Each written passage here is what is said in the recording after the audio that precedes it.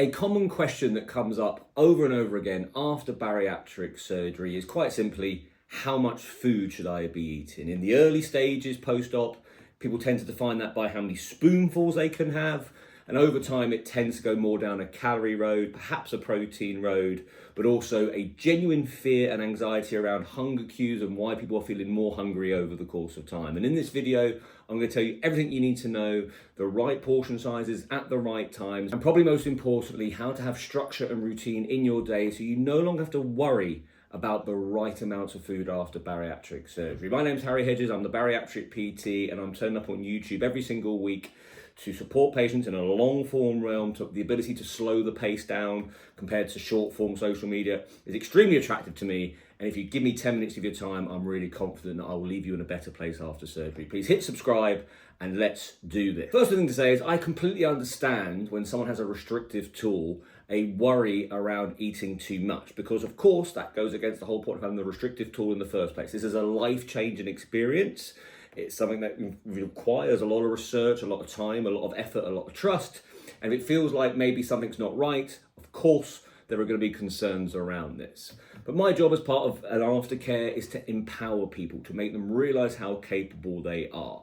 And unfortunately, diet culture seems to over-celebrate under-eating food in the quest for quick weight loss. And again, I understand why people in the early stages post-op will want to see aggressive weight loss, because that's the name of the game. If it's all well and good being energized and eating more, Harry, but if I'm getting slow weight loss, that's not necessarily what I want. So there's a real balancing act. But the beauty of gastric sleeve, gastric bypass is that the weight loss in the early stages is aggressive. Anything over £2 on average per week is aggressive weight loss. That's potential of £100 over the course of a calendar year. Now, I'm not saying that's going to be what weight loss everyone gets, because obviously it depends on start weight, etc. But when it comes to actual food we're eating, we want to be able to eat more food over time. This is really important. But of course, in the early stages when it's liquid, puree, soft, there is a very small amount of food. If you speak to any person who's gone through a bout of liquid, puree, soft food, there is a real desire to get back to whole foods again. And of course it should be. We're human. It's a very nice thing to do to have texture in our food. But if there's this lingering thought in the background of like, why am I eating more? That can create worry and anxiety towards the actual purpose, towards what we're looking to achieve here. And that is not what we want. At Tonic, we provide this very helpful portion control plate. We've got a split between protein, carbs, and vegetables and salads. Doesn't mean you can't have fat as part of your diet, but these are things that we really want to prioritize. Protein and color. Specifically, protein and fiber. These things are very filling. So instead of worrying about the calorie amount, there's a calorie calculator below, a bariatric calorie calculator, which will tell you how many calories you're supposed to have on a day-to-day basis based on where you are on the journey, how active you are, and your weight. These are the things that really matter. But there are a lot of patients who really want to know the calorie amount. But how many times in the past have you downloaded MyFitnessPal NutriCheck, known the calorie amount and not stuck to it? The human body is actually a very reactive machine and it wants to be fueled accordingly. And if people are under-eating for too long, it doesn't matter if you know how many calories you're going to have on a day-to-day basis, you're going to seek quick calories quickly, and that's the thing to avoid. We want to be proactive towards our diet rather than reactive. Reactive means that you're going to go down a snackier road, and that's naturally going to be more problematic towards success long-term post-bariatric surgery, because snackier food, so carbs and fats put together, not this plate, tend to be very tasty, very moreish, tend to come in multi-packs. People call it junk food, sweets, chocolate, crisps, biscuits. If people haven't eaten enough for a long period of time, they're going to seek quick calories in. They're going to skip meals because they just can't be bothered to do it.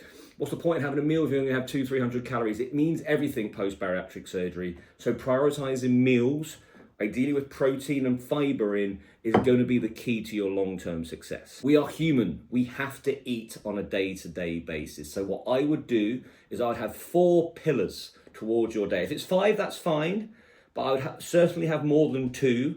4 pillars to your day where you prioritize a meal. Now, I appreciate there's on the go and things like that's okay. You can do things like you can have a quick wrap or you can have a sandwich or whatever it may be. I know some people don't really have a great association with bread post-op, but the way to look at it is as long as there is protein and fiber in these meals, I promise you your tool will be extremely effective. And if you break down the calorie amount, let's just say someone's eating between 12 and 1500 calories per day. They've got a moderate activity level. They are going and exercising twice a week. They're getting their steps in because this should be a given post-op.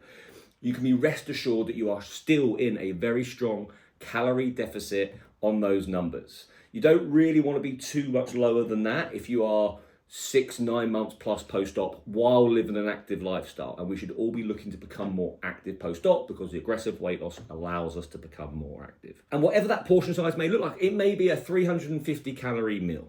And if you're having 4 of those per day, you're going to be knocking on the door of the right calorie amount. That's roughly what I'd be aiming for. But I would also look to slow down when I'm eating, maybe not watch a screen when I'm eating, and actually dedicate 15 minutes 4 times a day towards eating.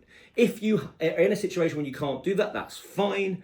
We just want to get it right most of the time. 80% of the time, make the meal an actual occasion. This routine, this ritual and structure, in my opinion, is actually far more valuable post-op than knowing the calorie amount you've got to hit. Sometimes when people know the calorie amount they've got to hit, they might go down a snackier road. They might just justify having more calorie dense foods that aren't going to complement the tool as well in the quest because they're still in a deficit. But the problem with that is that there isn't a lot of nutrient density in those food groups, but also it's going to be very hard to stick to it because you're not going to be full for longer. If you think about the density of sweets, crisps, chocolate, they essentially turn to dust. They're very easy to slip in. That's why they're called slider foods. And I'll do another video on that. It's not saying that they should be absolutely demonized and not part of it, but they should be structuralized in and around the 4 meals per day. And I think as humans, we should be absolutely prioritizing eating day to day. Let's fuel ourselves to live an active lifestyle. In the early stages post-op, no doubt, it's going to be less than that. And there's going to be smaller meals, but the weight loss is going to be more aggressive alongside that. So maybe it's still your 4 meals, but maybe it's a 200 calorie meal each sitting. See how you go, but don't be fearful of eating more as long as you've got protein and fiber in those meals. And then there'll be an occasion when you can't have colour in there. There's maybe even an occasion when you can't have protein in there. I understand that. But this is where the sort of James Clear Atomic Habits 80-20 law comes in. Let's get it right 80% of the time. Let's prioritize this 80% of the time, and you'll just find that the foundations of everything else will get better because you will feel better. Rather than skipping meals, breakfast is a big one. I'm going to do a video on breakfast as well because breakfast is something where there are studies on this stuff for weight loss, for long-term successful weight loss. 78% of people who eat a breakfast are more likely to keep it off that way. If you skip breakfast, you are less likely to be able to stick to the rest of the day, in my opinion, particularly if you are a bariatric patient, because let's think about it. You skip breakfast. And sometimes in diet society, that can be perceived to be a good thing, intermittent fasting, using windows, and I guess I'm actually advocating windows as having 4 meals per day and using time to your advantage. But for post-bariatric patients, it doesn't really suit you very well to skip a breakfast, because if you skip your breakfast, and let's just say you have a protein, fiber-based lunch, but you get 250, 300 calories in.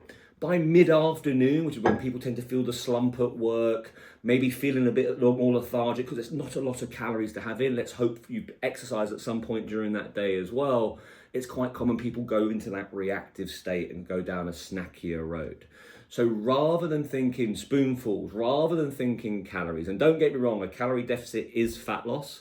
Let's structuralize our day to think about 4 meals per day where ideally protein and fiber is present in all of them. Let's think about our movement, so change of environment. When you move, you're going to help with things like stress, and that environment change is going to make it far more proactive, that word again. Fluids, or if you're having 4 meals, you can park your fluids in between the meals, which is going to keep you fuller for longer, energized for longer. This is what a successful routine looks like post-bariatric surgery, rather than the here's a calorie amount, let me see if I can hit that. That does work, and I'm not saying it's wrong to go by calories. I would structuralize my day to make it more powerful towards hitting that calorie target rather than the flexible, easygoing approach, because it's quite easy to skip days that way. I hope that's answered your question. As a portion size, it's going to increase over time, but think 4 meals, think protein, think fiber, and listen to your body and your hunger cues accordingly. And I think you'll find that weight loss will be the byproduct of these habits rather than this constant chasing and constant seeking new ways and constant worry. This is the structure that will really help you long term. My name's Harry Hedges, the Bariatric PT. Again, please hit subscribe below, and I'll look forward to catching up with you very, very soon.